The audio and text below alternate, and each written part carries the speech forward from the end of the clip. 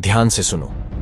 यदि आप मोटे हो जाते हैं तो लोग सोचते हैं कि आप बहुत अधिक खाते हैं। यदि आप अपना वजन कम करते हैं तो लोग सोचते हैं कि आप बीमार हैं। यदि आप अच्छे कपड़े पहनते हैं तो आप दिखावा करते हैं। यदि आप साधारण कपड़े पहनते हैं तो आप गरीब हैं। यदि आप गंभीर हैं तो आप उबाऊ हैं। यदि आप मजाकिया हैं तो आप इमेच्योर हैं। यदि आप अपने मन की बात कहते हैं तो आप असभ्य हैं। यदि आप सिंगल हैं तो लोग सोचते हैं कि आप अकेले हैं।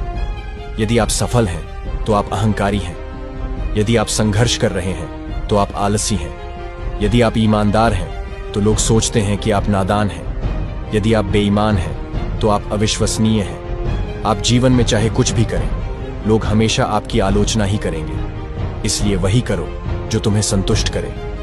यदि आप हसलिंग रूल को फॉलो नहीं कर रहे हैं तो संभवतः आप हमें फिर कभी नहीं देख पाएंगे। यदि आप हैं तो बधाई हो।